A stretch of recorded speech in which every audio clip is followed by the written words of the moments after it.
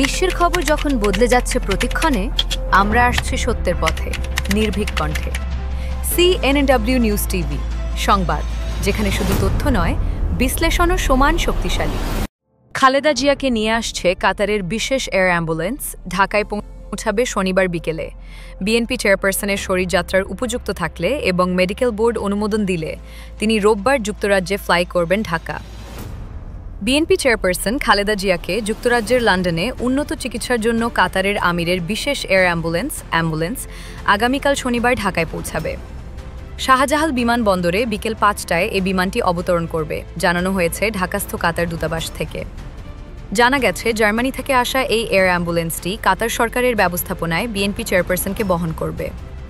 ইতোমধ্যে প্রয়োজনীয় অবতরণ অনুমতি ও সকল প্রশাসনিক প্রস্তুতি সম্পন্ন হয়েছে। যদিও বিমানটি জার্মানির কোম্পানির, ভাড়া ও যাবতীয় ব্যবস্থাপনা করছে কাতার। বিএনপি মহাসচিব মির্জা ফখরুল ইসলাম আলমগীর জানিয়েছেন, বিএনপি চেয়ারপারসনের শরীর যদি যাত্রার উপযুক্ত থাকে এবং মেডিকেল বোর্ড সিদ্ধান্ত দেয়, তাহলে ৭ম তারিখ রোববার তিনি যুক্তরাজ্যে ফ্লাই করবেন। খালেদা জিয়াকে লন্ডনে নিয়ে যেতে তার পুত্রবধূ ডক্টর জুবাইদা রহমান ঢাকায় পৌঁছেছেন। তার সঙ্গে আরও কয়েকজন লন্ডনে যাত্রা করবেন।